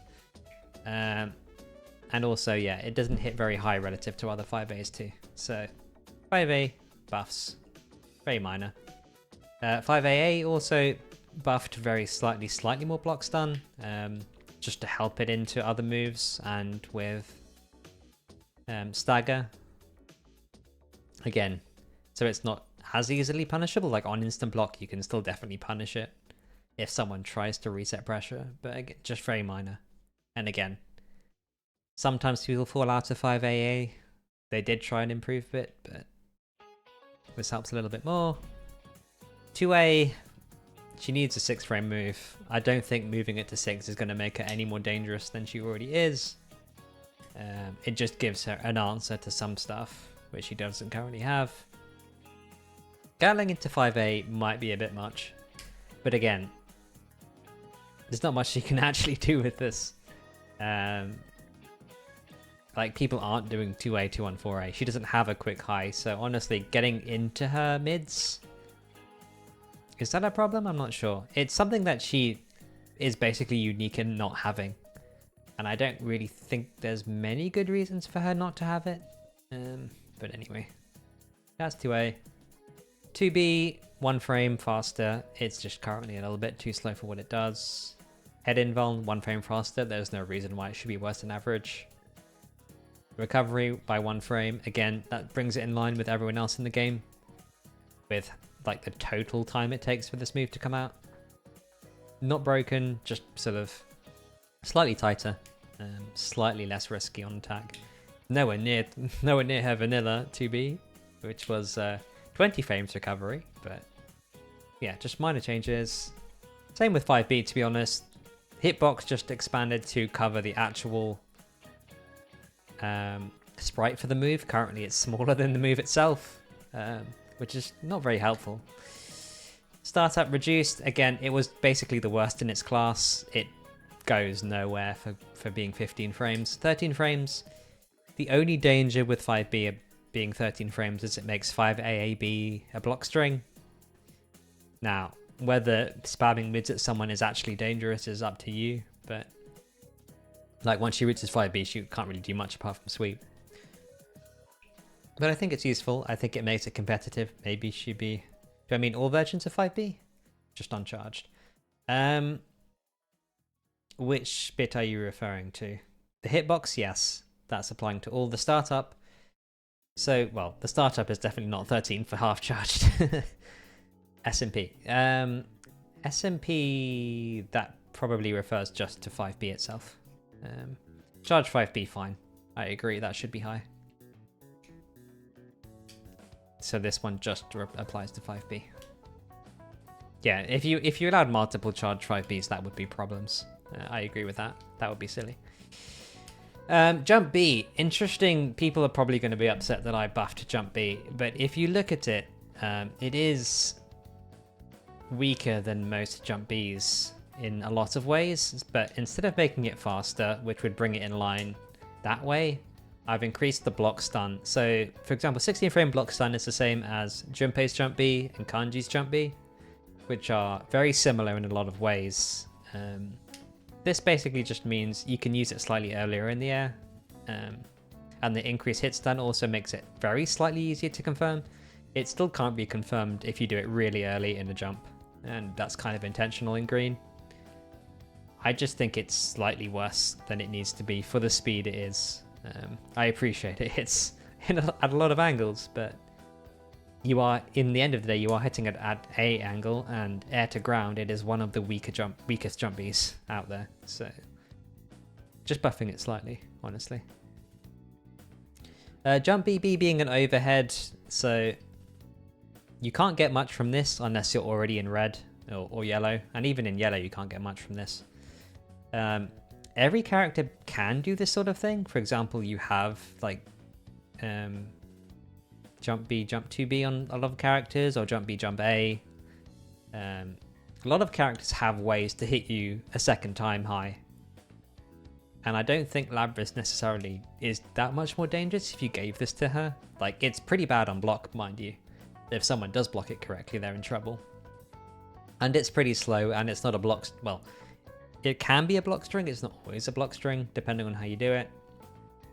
And it doesn't lead into that much. So I'm not entirely sure how dangerous this is. But I do think it's not out of line for the characters in this game. So I think it's doable. And it would be a nice... It gives her an actual way to mix people up as she jumps in. So it's not quite as easy to just mash on her. Which the line above helps with too. But this gives her an extra dimension of, hey, she can actually double high you, which is nice. A lot of these counter hit recoveries removed are basically just, again, bringing her, because these are technically projectiles, is why I think they have counter hit recovery. There's no real good reason for them to have counter hit recovery. The way you would have to do it is you would have to set the moves that, well, you'd have to set the frames where the attack is still out to be counter hit recovery, and then stop those counter hit recovery frames once the move's no longer out. Because currently they're counter hit right until the move ends, which is just a little bit too harsh on these moves, which aren't very good to begin with. So instead of buffing them, I've just made them slightly less risky. 2C, it doesn't actually hit anywhere until about 30 frames in, which is why I've given it more invuln than startup. But yeah, it needs it. I still think it'll be useless in this form, but it at least gives it some use case of like someone's coming up from really high with a very active attack, and you can 2C them. But yeah, very minor, honestly. 5D block stun, it is currently worse than useless. You can mash out of like being hit by the barrage of 5D. Just give it a little bit more block stun so that's actually useful. It's still not, it's something I would recommend in a block string or as mix, because I mean it's lots of small mid hits that you can't confirm off of, but hey, it'll at least lock people down just a little bit better than it currently does, which is not at all. So it's something. 2AB hurtbox height reduced. Currently her head sticks up when she sweeps. I think it should be able to low profile some stuff. So here we go. She can low profile some stuff. Nice. Startup, again, 15 is pretty much the worst in its class for what it does. So for example, even like Kanji sweep, I believe, is 13 frames, and it goes way further and is still just invuln. Let me just check that before I go rattling that off. Kanji sweep. Kanji sweep is 13 frames. So for example, yeah, you get massive sweeps, which go much further. If I get rid of counter hit recovery, for which move exactly? Because, well, the way I'll explain it is most normals do not have counter hit recovery unless there is a very specific reason to. And Labrys, I think the reason that most of Labrys' normals have counter hit recovery is because they are projectiles, and by default projectiles have counter hit recovery, but they don't actually act like projectiles. so they probably shouldn't have counter hit recovery. They're already quite weak in themselves. It doesn't really change too much, honestly. You'll still be able to punish them in just the same way for the most part. But like, for example, Jump C doesn't really need it. You're stuck in the air doing nothing for a long period of time. I don't think you need to be counter hit for that.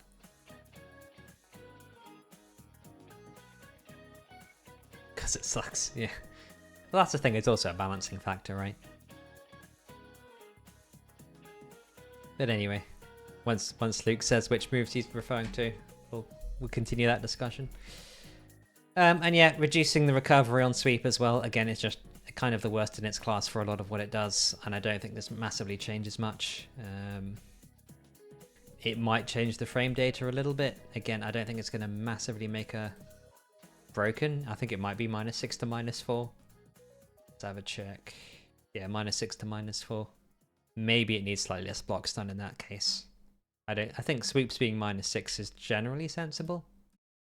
Let me check what Marie's is, because I think Marie's is an example of a good sweep. Universal mechanics. Yeah, Marie's is -4. Let's make Labrys is -4. They're about the same. Except Marie's is 10 frames. Anyway. Sweep buffs. DP. I still think it needs to be weak, but 26 to 24 to bring it in line with the other worst ones in the game isn't necessarily that wild. It's still going to be bad. It's still going to be slowed down by moves that hit it a lot. If it ever fatal counters, I think it should have the full wall bounce, because, you know, that's the cool thing to do on fatal counter. Why not? We can do it. It doesn't make it stronger, but hey. So yeah, very minor buffs to DP. Instant kill, meme buffs, because I think it's cool. It's kind of weird it whiffs on crouches. Why? Full charge moves, so... I mean, Luke made a point about...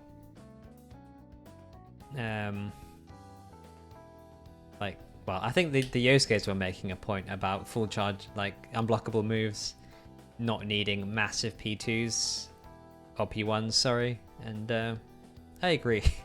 If you're getting hit by a fully charged move, why not give someone a combo for it? It's not going to happen very often, and 500 is still not great. It's still worse than most, so it'll give you a combo. Currently, you basically get no combo at all from the fully charged unblockables, so this at least gives you some sort of combo, which is nice. Chain knuckle recovery reduced. It's currently pretty nasty. Maybe this one we probably should keep the counter hit recovery, honestly, if we're going to reduce the recovery, but B knuckle currently doesn't reach full screen. It probably should, otherwise it just kind of doesn't do what it needs to do. SB chain I think needs a buff, because it's just... So chain knuckle in general in this version has been nerfed a lot, I think is the important note here. Now that personas are a lot better, a lot of the time when you're using chain, you're just going to hit a persona. And you're not even going to take a card half the time, because they have persona involved, so you're just going to get a clash. And then you're stuck in the full recovery of chain. Which is why I think chain needs to be buffed slightly. And we have stuff like Labrys chain, which moves a lot faster, can combo with bull, so I think Labrys' chain just needed a bit of a buff, which I've done this. Orb, I think probably some of the most interesting changes here. Give Ariadne guard point. I mean, if Kanji gets primal force, maybe we just let Ariadne block projectiles while she's coming out. Hey Staffy, good to see you. Here's the orb changes I was talking to you about. Yeah, give Ariadne projectile guard point so that you can use orb to block other projectiles. She'll still be weak to physical attacks, but hey, maybe this is some interesting counterblows to some stuff. And making it so that orb can travel off screen. Sea orb can't really go that far. I don't think there's that much of a danger. And it's just like a slow single hit mid. It's not like SB Chocolate where it hits you multiple times and goes off screen and comes back again. So yeah, I think it's pretty cool. It gives her some counterplay to a lot of projectile spam. I mean, she'll still have to stay behind Ariadne, which isn't what she wants to do, but hey, it gives you some protections. Air okay for Orb is something I've been thinking about and I think could be a lot of fun. If you could air stall with a Sea Orb and have it combo and then use that for combo routing, I feel like that has the potential to do some really cool stuff. And also give her a decent air stall, which Labrys kind of lacks at the moment. A lot of her air stall just sort of drops her into death. So I think this would be a cool way to make Orb interesting and better. Air Guillotine, again, a lot of the air to ground attacks do not have counter hit recovery on them, or at least have ways to make yourself safe. Given how much recovery it does have, it probably doesn't need it. But then it's probably this or the next one, which is if you have the falling part of Air Guillotine not touch anything, then set the recovery very low. Think of it like Kanji Crawl Attack. Kanji Crawl Attack basically has 15 frames or less of recovery on all of them. This is a very similar thought of, hey, if you touch nothing, you don't have that much recovery, you're not just going to die for it. So you can still be hit, but yeah, it requires a little bit more movement. If you go straight down as well, so it's not too hard to chase her down. In any case, I think just sort of balances out the risk of Air Guillotine. Just sort of helping her air to ground game a little bit more. And the air delay game, which again was weak. Finally, we have Beast. Just decreasing the P2 slightly. It honestly won't help much, but it would mean the double Beast stuff is very slightly better. It will still be awful, but not quite as unusable as it is right now. And yeah, we have a bug. To those who don't know, Sea Beast is bugged in Yellow Axe to not give knockdown. We just need to fix it. Very simple fix in the code, I think. I think it's just a variable that's wrong. But yeah, that's the Labrys changes. Does anyone have any thoughts on the Labrys changes? I think I probably doubled up on fixes in a few places, which is me just writing down everything I'd like to see.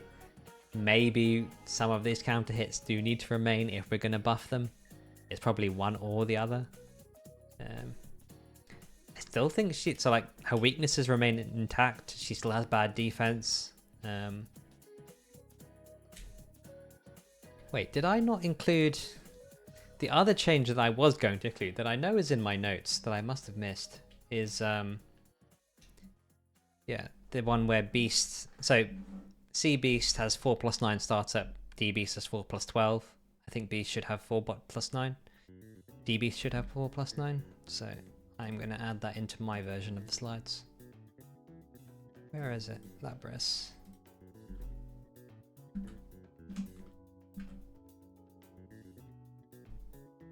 But anyway, yeah, those are the Labrys changes. I don't think this would actually make her like broken top tier. I think it would make her a lot more competitive, but only in the fringe sense, just make her slightly better rush down, slightly better in pressure. Again, I don't think it would make her good pressure good. It would just be fine. I'm not like buffed her highs up or buffed her lows.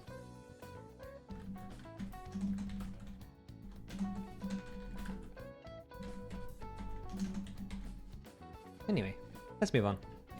Margaret. Oh, Margaret, where are you? Margaret. I think she's in a decent position at the moment. I just think there should be... Hey, Neville Masher, good to see you.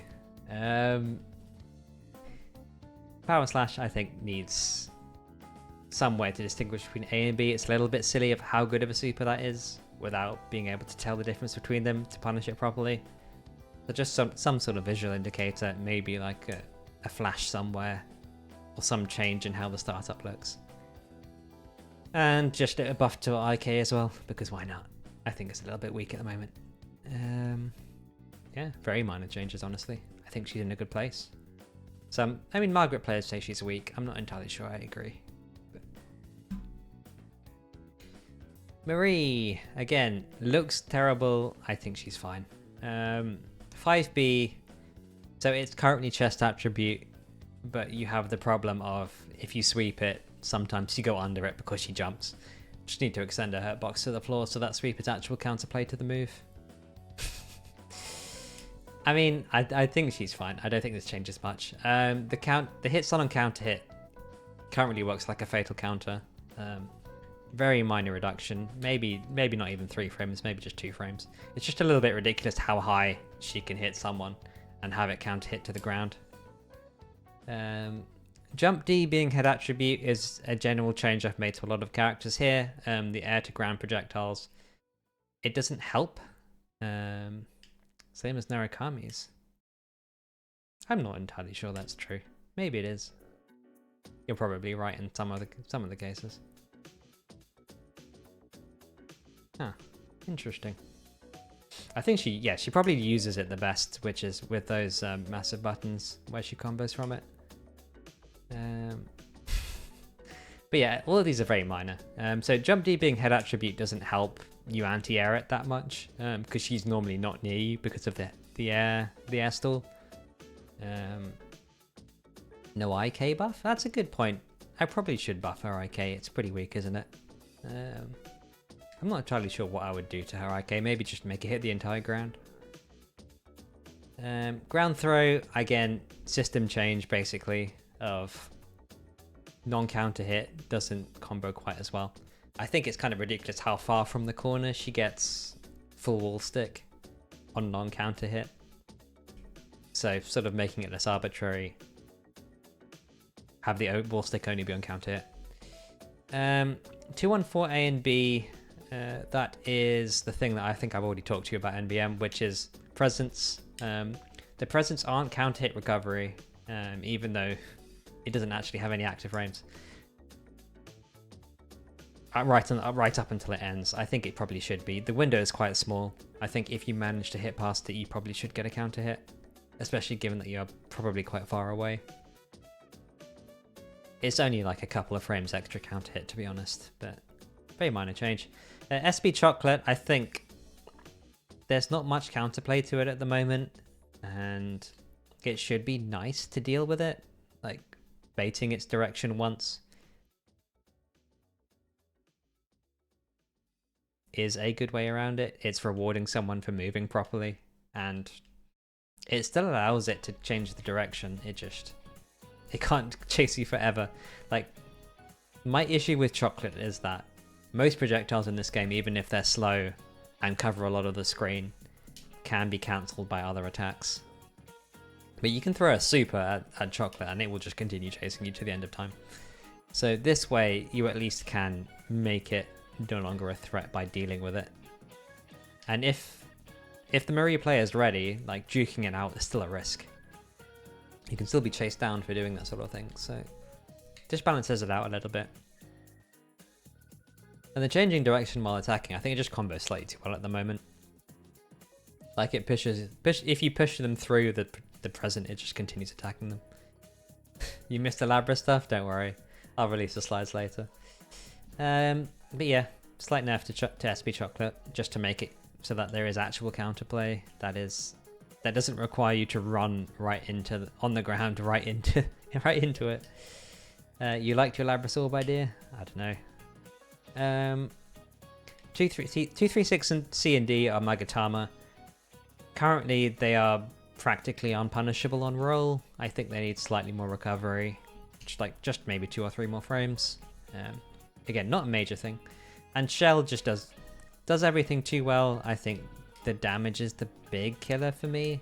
Like, I'm fine with her having a great super that does everything, but it shouldn't also kill you. So yeah, very minor damage nerf. Honestly, these are all very minor and basically just gives counterplay to some stuff that doesn't have proper counterplay at the moment. I'm not sure would really kneecap the character. Just make her slightly less pointy, I guess. And, you know, give you something to do when she spams projectiles. Or chocolates or stuff. Just make the risk slightly high, you know? Anyway, that's Marie. Minazuki, only real change, I think. I think, again, he's in a really good position. Probably just Dream Frog needs to be slightly more punishable. So give it slightly more recovery. Other than that, he's fine. Also needs an IK buff, because it just basically hits nowhere. Easy. Done. Mitsuru, this one probably is quite harsh. So Ku, I've given chest attribute. I think it's a move that probably should have chest attribute. So I think Chie Herculean Strike, which is basically a worse version of Ku. Well, I mean, it has some better confirms, but it's chest attribute. And I see no reason why Mitsuru shouldn't be. I mean, yes, if she starts charging it, you can now sweep, but I think that's good play. Like, if you're ready for something, you should be able to deal with it. Like, it effectively has no recovery. It has 15 frames of recovery, which is very hard to punish, given how far it moves her. So giving people some way to punish it, which is sweep, which doesn't often lead into a ton, is a nice way to make Ku something that everyone gets to deal with. And it also means that if someone does round start Ku, you actually have a response. Not everyone does. Myriad Daras as well, just nerfing the full charged kick very slightly, because yeah, it does a ton of damage, and I don't think it should do quite as much damage for being a meterless super. Well, it does require 2 supers being linked together, but yeah, just slightly too much in my opinion. Again, not nerfing the character into the ground, just making the counterplay a little bit more obvious for some of the stuff that she does. But otherwise, I think she's fine. I don't think she's massively broken. Just needs a little bit of a... I don't know. Needs to be opened up to counterplay just that little bit more. Naoto's an interesting one. So the Junpei nerf probably does hit her quite hard. Traps, I think, are fine. I think you should be able to see where they are. It's just a little bit too hard to memorize exactly where they've all been placed. And like rote memorization isn't a skill I think we should be testing for in Persona. So just make them always like very slightly visible. Still keep the mechanic where you have to reveal them fully before they get destroyed. But other than that,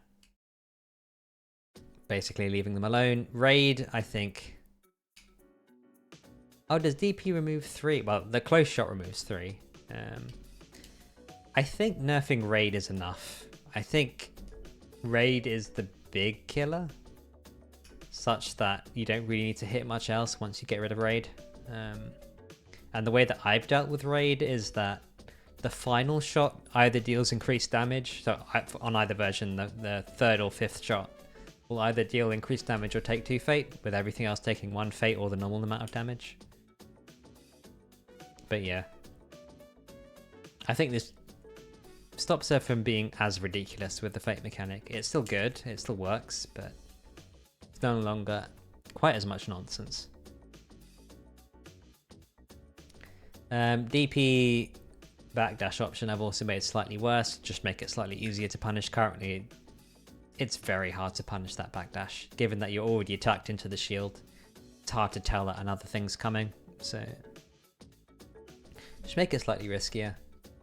And just make the IK actually useful. Just make it like a normal IK where it just targets you and hits you, because the current one is worse than useless.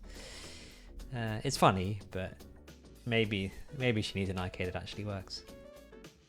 But yeah, other than that, I think the rest of her fake kit's sensible if you deal with Raid. Maybe not. Anyway, let's move on. Rise, I'm giving some buffs too because she needs some love. IK buffing because that's funny. And the Tetracons and Makaracons, I think they're a really cool part of her kit that doesn't get used often enough. So the way that I'm gonna suggest we improve them is give them some buffs that occur while she has them. So to reward her for playing keep away, reward her for keeping those shields up. So I think it's Tetracon is the physical one, grants regenerate. Makaracon granting invigorate. SB giving both and granting both buffs. Just basically gives her something to do and like rewards her keep away. Maybe this is an interesting way of doing it. I'm not entirely sure how else I would buff her. I think she's pretty decent in most areas these days, to be honest with you. So this at least gives her something to do and gives her a reward for keeping away. But anyway, that's Rise. I don't know what people think of that, but I think it's a really cool idea. Anyway, moving on. Shadow Wow. Okay, that's a word. Shadow Labrys. I think she's in a pretty good place, to be honest with you. She's an interesting one. It's very hard to put your finger on exactly how strong she is at any given period of time. But I think this was a really cool thing that she had. That basically she lost. People who didn't play this game in older versions might not be aware, but she used to be able to do this. And we had a really cool moment where Banana Ken beat Lord Knight by killing him with an instant kill by comboing into it. So if you make it so that only OMB can combo into her grab, I think that'd be very funny. Like, it's never gonna happen, but it's really cool. And why not? Why not? Because otherwise their instant kill is just kind of weird. Yeah, I like it. It was funny. So let's give it back. Sho, I think Sho's in a decent place. He probably does need more than this, but I think he probably does deserve to be 9k. Given that he's rushdown and he does take risks. I'm not entirely sure why he had lower than this health before, and I can't justify it to myself, so I think this is a sensible buff for him. It just gives him that extra chance or two to live, and you know, health buffs are very useful in this game because of how Awakening works, so yeah, Sho gets to live a little bit more. Easy. Teddie I think does need a little bit of love. Joey will be happy to hear. 5A, his 5A is basically the exact same as Labrys's, so I gave it practically the exact same buff. Also, Teddie is the character who I have left alone. I think he needs that Junpei a lot, and given that his Junpei isn't a high, I think he gets to keep it. To me, this is probably the one character that is deserving of a spam Junpei, because like I said, it's not a high, so it's not a problem. And yeah, given how he works, he should keep it. His 5A, like I said, like Labrys, is just a little bit bad for what it is. And the other ways that I buffed him, I think, given that items are a lot more interactable these days, he should be rewarded for interacting with them better than his opponent, so he should gain extra amounts from consuming his own items. Just to make it so that if the Teddie player is playing around their own items well, or sending out items and then collecting them himself using proper knockdowns, he should be rewarded for it. Would Bike be affected by this SP change? He can't consume the bike. What? What do you mean by the P1 change? As a starter. So I mean that's the other change. I mean reducing the duration of items as starters, just to give him that little bit more damage. It's not going to affect too much, but the opponent can pick it up. Does it give him SP if he picks it up? I forgot that. It's a very niche interaction. I don't play Teddie much. But if he gains the SP, I mean, he just gains the bike, which is probably fine. It's a good question though. I forgot that bike counts as a consumable in that sense. I mean, if he does gain SP, then sure, give him the double SP. Why not? But if he doesn't, then probably just leave it at 0.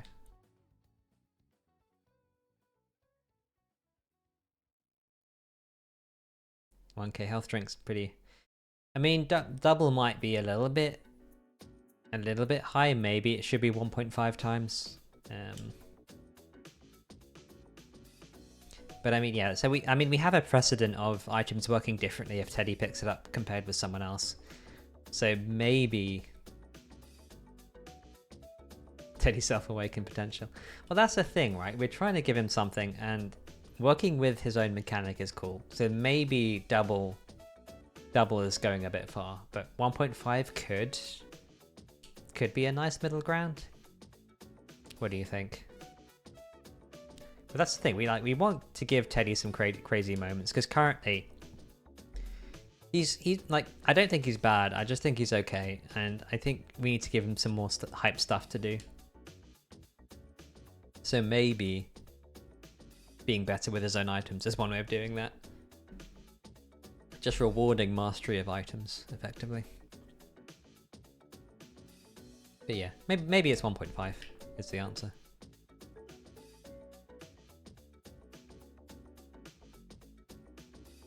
And yeah, the P1 on the items should help his damage just a little bit. I'm not entirely... I don't often see Joey go crazy off of item starter. It's kind of hard to pick up to begin with, so just rewarding him that little bit more as well. Except Drum. Drum is cheap. I hate Drum. Anyway, that's Teddie. Here's Adachi. I think Adachi, again, is mostly in a good place.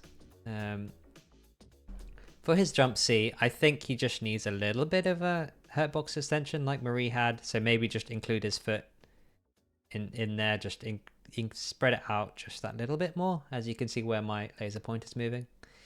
That should help balance it, because it's just slightly too easy to clash against it at the moment if you're trying to anti-air it. And I do think he should be hit for being anti-aired. I appreciate that it's a disjoint, but it's just slightly too much of a disjoint on the persona at the moment.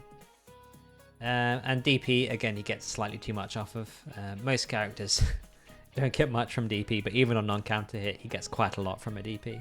So just nerfing the damage very slightly. I'm fine with him getting a buff or two, but not hitting quite as hard, please.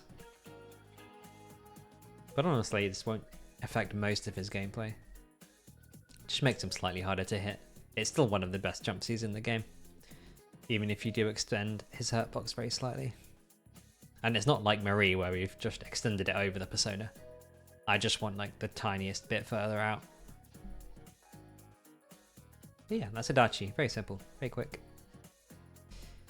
Yosuke, Luke, you're going to be interested in this one.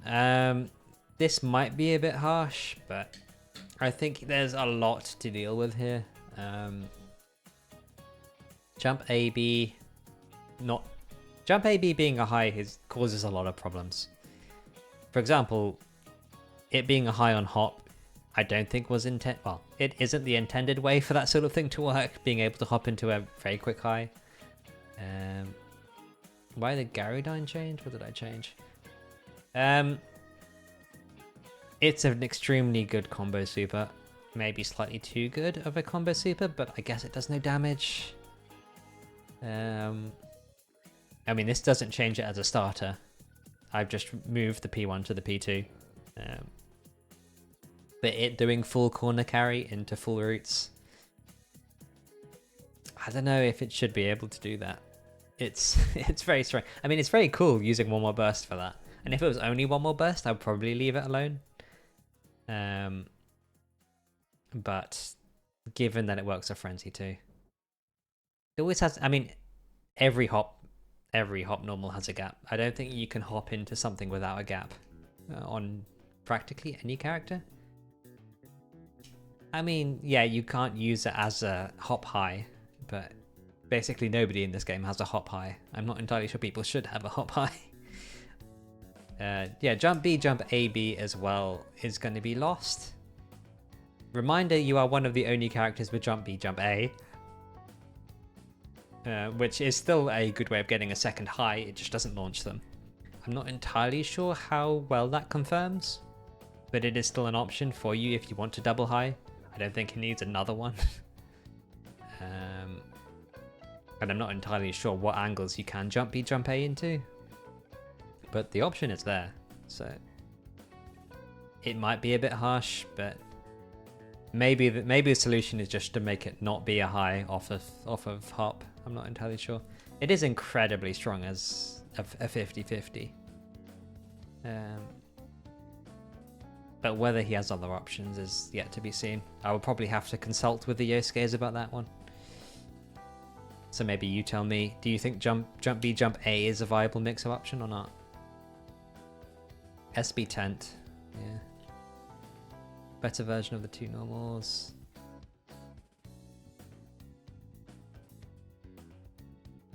Lower screen, well, I mean, how far does, oh, D does go full screen, interesting. I guess the issue to me is that should someone have a full screen unblockable that is near unreactable for how far it goes. Like, yes, it's reactable, but you have to see it coming. So so I sort of do it as a middle ground of it going quite far, but not full screen. It's rough, I agree. But I think the SB version is too strong. Maybe would you prefer it still goes full screen, but it's just slightly slower than it currently is? Like, between the two speeds? Because maybe that's how we do it instead, if you absolutely want a full screen unblockable. But I'm not entirely sure anyone should have a full screen unblockable like that. It just doesn't feel fun. If someone is down backing at full screen, why are they dying? To someone who's supposed to be rushed down.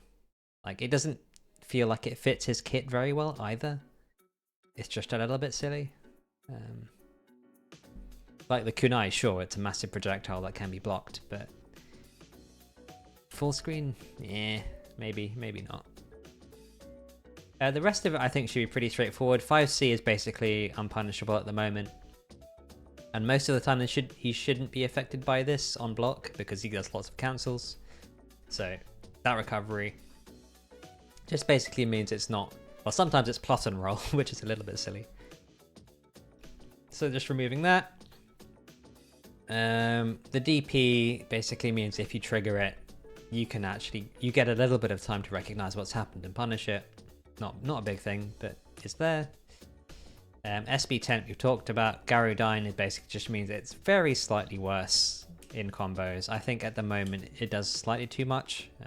Being from most starters, it seems you're able to do full corner carry into really quite heavy damage.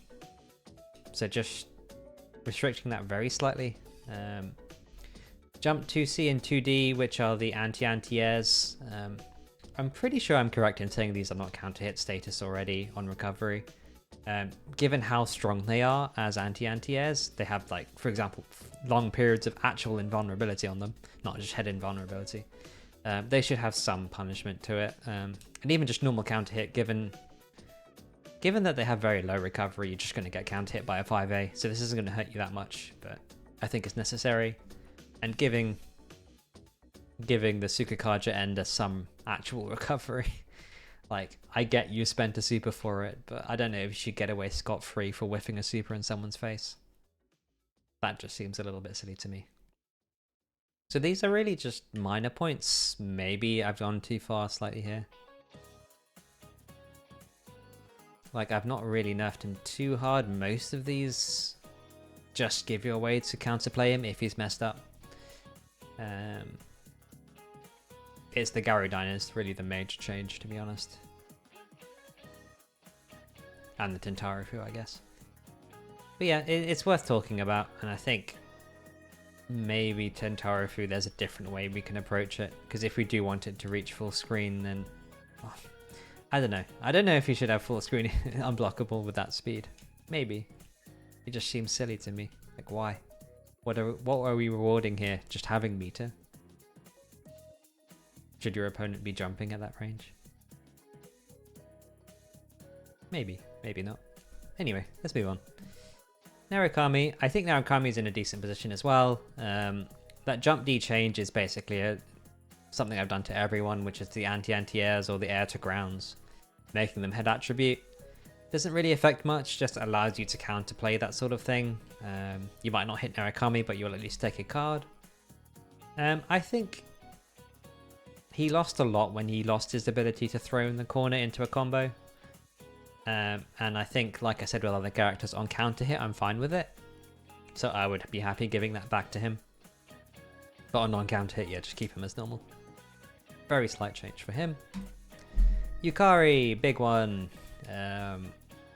SMP is how I am choosing to deal with her ridiculous damage. I'm not entirely sure if this is the correct way the Yukari players would have to tell me exactly how much this would hurt their combos. I think given that they mostly use a wall stick, this should just hit the damage rather than most of the routing. But we'd have to see. Junpei gets sort of hurt by the system change itself, though the active frames are just slightly too ridiculous for my liking even still. But yeah, 15 to 12 shouldn't hurt it too much. The 5C and 2C just makes them slightly worse starters. Again, just tackling the damage without changing how they work. DP not passing through opponent on block, I think it's just undoing a patch change in this version. Just makes it slightly riskier on block, to be honest. Even then, it's still fine, and it still moves her. So like, if you jump out of the way, she's still gonna go under you. And Margaret, the way I have chosen to tackle it is because 2C should not be persona involved. Interesting. Why should 2C not be persona involved? I mean, it's mostly just a projectile attack, right? Let's have a look at Yukari 2C. Yukari 2C is 20 frame startup with 1 until active, persona involved. I mean, yeah, I know it is, but the question is, why do you think it shouldn't be? I guess it's a projectile attack, but... I know it is in its body. Interesting. I mean, yeah, it's a really good starter. It's 20 frames. I guess the question is why... It's very hard to justify doing that.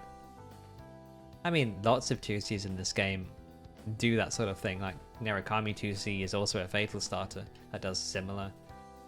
Although he struggles to combo from it, I agree. But Naoto 2C, that's very good. That's persona involved. What other 2Cs are there?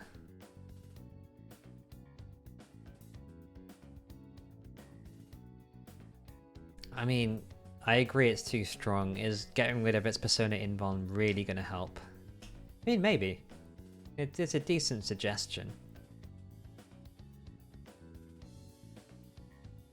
But does that... I mean, yeah. I'm not entirely sure that helps most people deal with it. I guess it means that if you run into it, you destroy it. And given that it works against aerial as well, that is a sensible way of dealing with it. Because then if you jump in and attack through it, it wouldn't work. The issue I have is justifying it. Because I don't think I've really removed persona invuln from any other persona attack like that. It's a good idea. And I will consider it.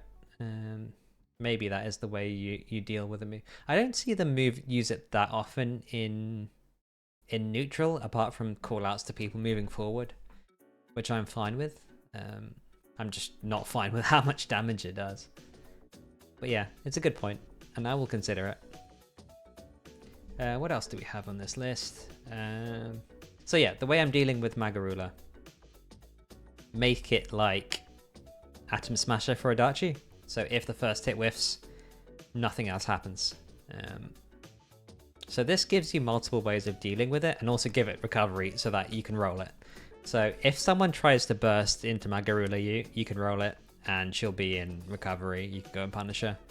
You can super back, all that good stuff. So basically, you can no tech, it will also work. Well, it won't work, you'll just get knocked into it. But you can tech as it comes out. But yeah, basically gives you counterplay to it. Means that she can't just throw it out. But she is still, if she's able to block string you into it, then she can still do it. So let her keep the cool thing, but make her work for it, is the way that I'm attacking this. I think this should get rid of most of the edge cases. I was also jump cancelable and dash backdash. Yeah, it's a magic 2C. Maybe we get rid of some of its magic. Fine. Yeah, fair enough. Yeah, it's a decent suggestion. I might add it. So I'm gonna go back through this list based on what everyone said after this stream, and maybe change some things. Probably Yosuke is gonna get. I will look slightly more kindly upon Yosuke. Maybe I'll adjust 2C to be not projectile, not persona involved. Because yeah, it does quite a little bit too much. Maybe I do that to Naoto's 2C as well, if I'm going to do that to 2Cs. But yeah, it's a good point. Yukiko is interesting. I think she could be in an interesting position. I think she's mostly fine. I just kind of hate how the 214A spam works. So I would just like to replace that with a Rekka that does the same amount of damage and just stop it comboing into itself, because it's just a little bit silly at the moment. So if we can just condense those ridiculous repeated hits into a Rekka or something, which might help her mid-screen damage as well, if that Rekka can always be done no matter the height. just give her something more interesting to do, honestly. But other than that, I think she's honestly fine. If played well, we don't see many of them, so it's hard to say where she is at the moment. But yeah, that's Yukiko. Alright, I'm gonna take a second to breathe. Does anyone have any comments now that we've got through the list?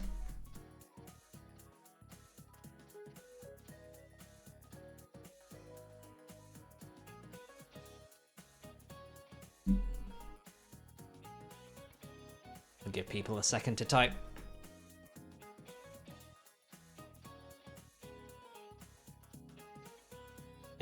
Doesn't seem like it. Alright. And so, in terms of practicalities of this sort of thing, we might be able to get a rematch patch done. From what I have heard, people have modded other games to allow for rematches. I honestly don't care if it works with our current system with like cards and everything and properly saves the match histories. I just want to play more Persona. But maybe if anyone does know anyone in the modding community who's dealt with that sort of thing before, please do reach out. Maybe we talk to our own modding team, see what they know. I'm sure they are probably way ahead of me on that one. But I think this should be our priority if we are going to make any changes, because it's something that everyone would agree on. It would save so many people so many hours. So yeah, something we should be chasing if we can at all. Anything else would definitely be controversial. Like, honestly, the things that I've said today, nothing would massively shake up the game. I just think it would be slightly more fun. Obviously, I'm biased. I play a rushdown character who doesn't have a lot of things that were removed or changed or made slightly worse. I don't think I massively shifted the power of the game. Some of the mix-up was slightly worse, but I feel like that was mostly targeted at single characters. You can do stuff that other people can't. Who knows? Who knows? But I mean, it's not impossible for us to do this sort of thing. Like, I think the only thing that everyone really agrees on is that Yukari does need something done. And yeah, we definitely could work on something like this and maybe get a patch pushed. But that would require a lot of work. Anything is possible, is what I'll say. But some things might be harder than necessary and than anyone is willing to try and do. But yeah, that's it, honestly. That is the end of my slides. Does anyone have any more comments before we finish? There's no real call to action here apart from in your discussions with people, maybe bring up rematches and discuss this sort of thing. I'll make a VoD out of this. People will complain or watch it, I'm not sure.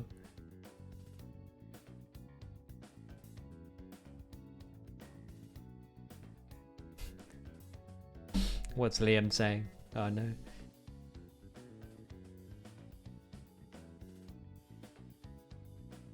But anyway, I hope people enjoyed this sort of thing. It's more just of a thought experiment as to what people think should and shouldn't change. Like, honestly, I think that the general position of most characters is okay. There's very little here that I actually get upset about when I'm playing. When I compare it to something like Grand Blue. In Grand Blue, it definitely feels like there are characters that are haves and have-nots. In this game, because of the fact that most of the strength is in the system mechanics, I don't feel that as much. There are definitely a few, but I mean, it's mostly that Labrys is a have-not. But other than that, I think most people are okay.